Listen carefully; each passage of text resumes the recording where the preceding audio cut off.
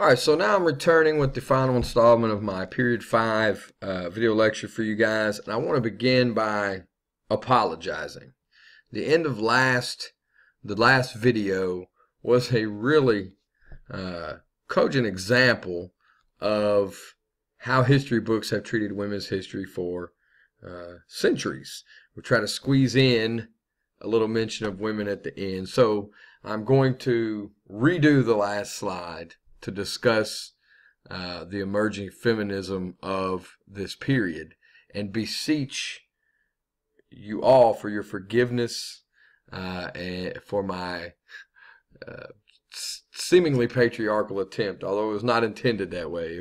I just ran out of time, so we're going to do it again.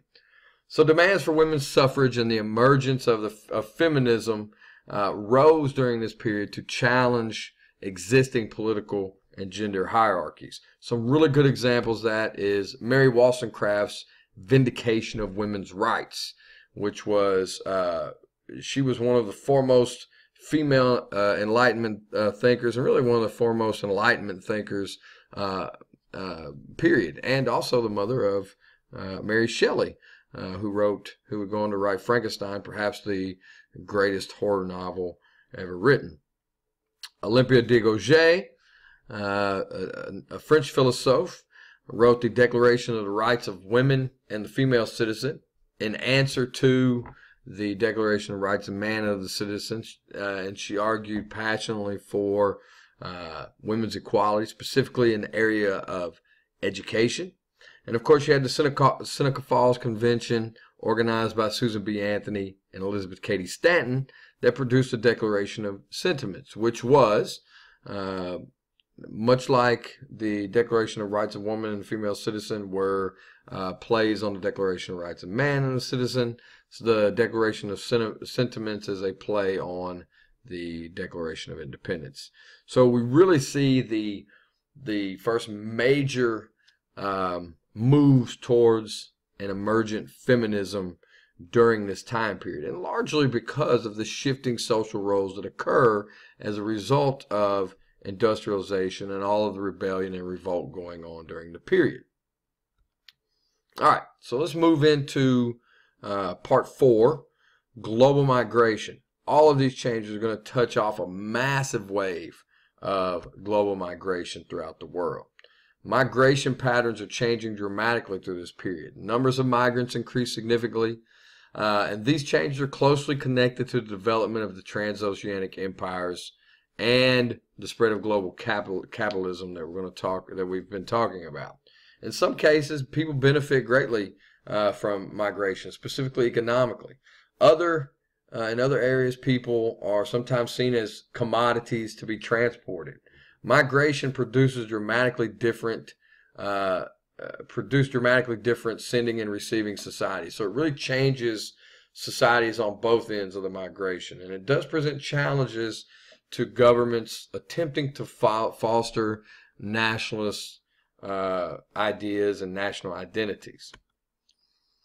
So migration in many cases was influenced by changes in demographics in both industrialized and in unindustrialized nations or societies that present challenge to existing patterns of living. So you have changes in food production and improved medical conditions that are part of the Industrial Revolution, which contributes to a significant global rise in population in both urban and rural areas. And these pressures lead to more migration. Another contributing factor is the fact that there are new methods of transportation, which facilitate both migration within countries and regions and societies, as well as migration to other societies. So, for instance, you had the creation of migrant labor and migrant immigrants. Basically, they would travel to a place to work and travel back home periodically or even permanently once they've earned some money. So Japanese agricultural workers throughout the Pacific during this time period are a good example. Lebanese merchants in the Americas that establish merchant shops and stores often are often able to become more economically settled and can actually go back home or visit or send money. Also, you have Italian workers, Italian industrial workers that move to Argentina and make money and wind up traveling back and forth oftentimes. So very like the migrant workers we see in America today, many times, specifically in the agricultural fields. And this is all because of new forms of transportation. Many individuals do choose to freely relocate, often in search of work. You have manual laborers that move across borders throughout empires, but you also have some specialized professionals. The Industrial Revolution in America is not responsible or is not possible unless an engineer like Samuel Slater migrates to America, bringing the ideas of British industrialization to the Americas. So specialized professionals, specifically engineers, medical professionals, doctors, things of that nature, you see this type of migration as well. Also, the new global capitalist economy continues to rely on both coerced labor and semi-coerced labor. And so oftentimes these laborers are moved against their will or under extreme duress. So obviously slavery continues. The slave trade continues throughout most of this period, or throughout much of this period. And if you look at slave societies like the United States, slaves are moved within the United States even after the overseas slave trade is ended. The transatlantic slave trade is ended. Of course, you have Chinese and Indian indentured servitude that happens as well. People take on a debt in order to and sign a contract to work that debt off once they reach their new places. And the rise of convict labor is notable, specifically in places like Australia, the American South, also parts of African colonies as well. One thing that is different during this period is the large scale of migration. It's going to have larger numbers of people moving than have ever moved before, and this is going to create increasingly diverse societies, but also it's going to create some reactions.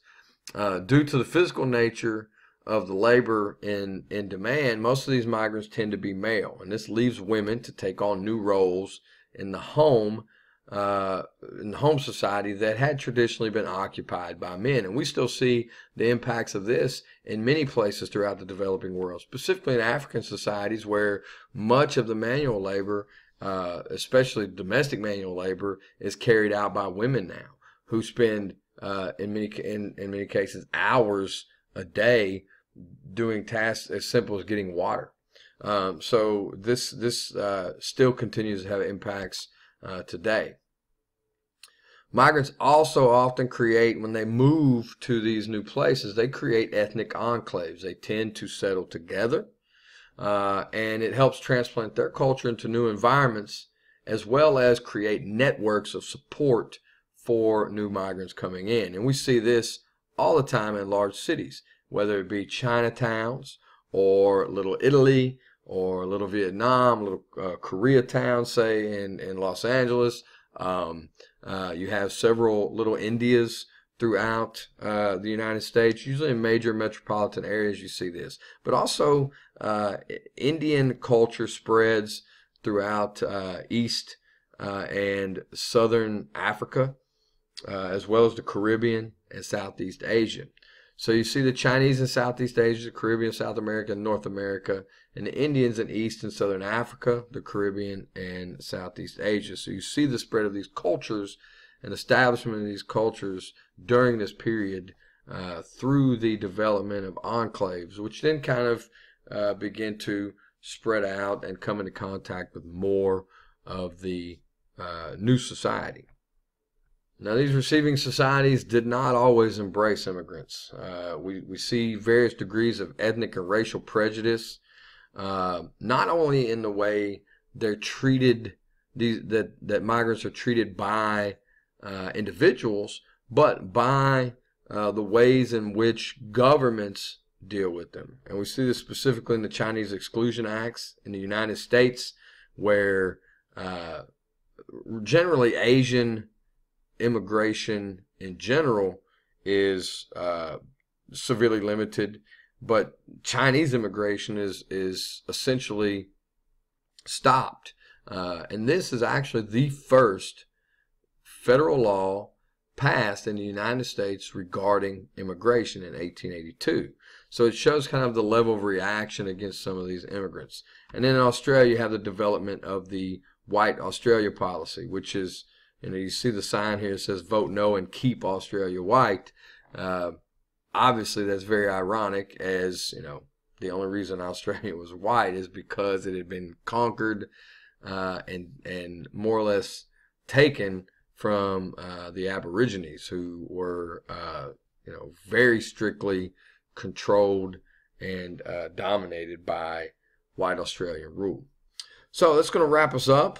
We're wrapping up period 5, and we'll be moving into your key concepts test coming up here in a couple days. So study your notes. Again, as I've said before, these are guidelines, or these are guides. These notes, these lectures, they're not intended to be substitutes for your reading and your text notes, but kind of guides as to what we're focusing on in this unit. So, like I said, we will see you in a couple days, and we'll talk to you later. Bye.